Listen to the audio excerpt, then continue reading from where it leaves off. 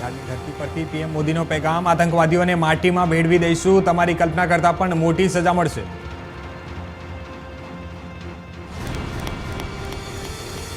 રાજકોટ ખાતે થાર કારમાં ઉર્દુ લખાણના ઝંડા સાથે ફરતા યુવકો, વિડીયોમાં સોશિયલ મીડિયામાં વાયરલ અને વિડીયોએ સોશિયલ મીડિયામાં ભારે કુતૂહલ મચાવી રહ્યો છે. સુરેન્દ્રનગરના દસાડામાં ભાજપ દ્વારા પાકિસ્તાનનું પૂતળું દહન કરવામાં આવ્યું. મુર્દાબાદ મુર્દાબાદ પાકિસ્તાન મુર્દાબાદના નારા લગાવવામાં આવ્યા. સુરેન્દ્રનગર જિલ્લાના વાવડી ગામના કોળી ઠાકોર સમાજના લોકોએ ચોટીલા પોલીસ સ્ટેશનનો કર્યો ઘેરાવ. 200થી વધુ લોકોનું ટોળું ચોટીલા પોલીસ સ્ટેશન પહોંચ્યું અને યુવક પર 9 જેટલા શખ્સોએ હુમલો કર્યાનો આરોપ. આરોપીઓ વિરુદ્ધ કડક કાર્યવાહી કરવાની લોકોની માંગ. સરપંચ અને ગ્રામજનોએ પોલીસ વિરુદ્ધ આંદોલન કર્યું. પીઆઈની ચેમ્બરમાં પિતા અને પુત્રને ઢોરમાર માર્યો હતો. જેતપુર પોલીસ તંત્રના 2 અધિકારીઓ પર આક્ષેપ અને ન્યાયતંત્ર પાસે ન્યાયની માંગણી કરાઈ.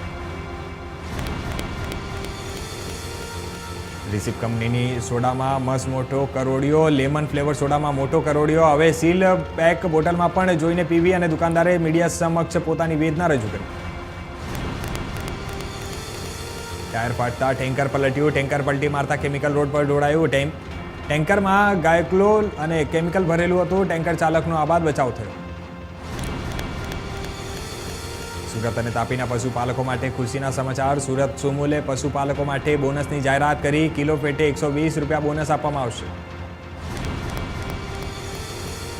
લીલિયા તાલુકામાં ખેડૂતોએ સરકારની પીએમ કિસાન યોજના અંતર્ગત ફાર્મર રજિસ્ટ્રેશન વહેલી તકે કરવું જરૂરી. ખેતીવાડી વિભાગ દ્વારા અનુરોધ કર્યો અને રજિસ્ટ્રેશન ન થાય તો યોજનાનો લાભ નહીં મળે.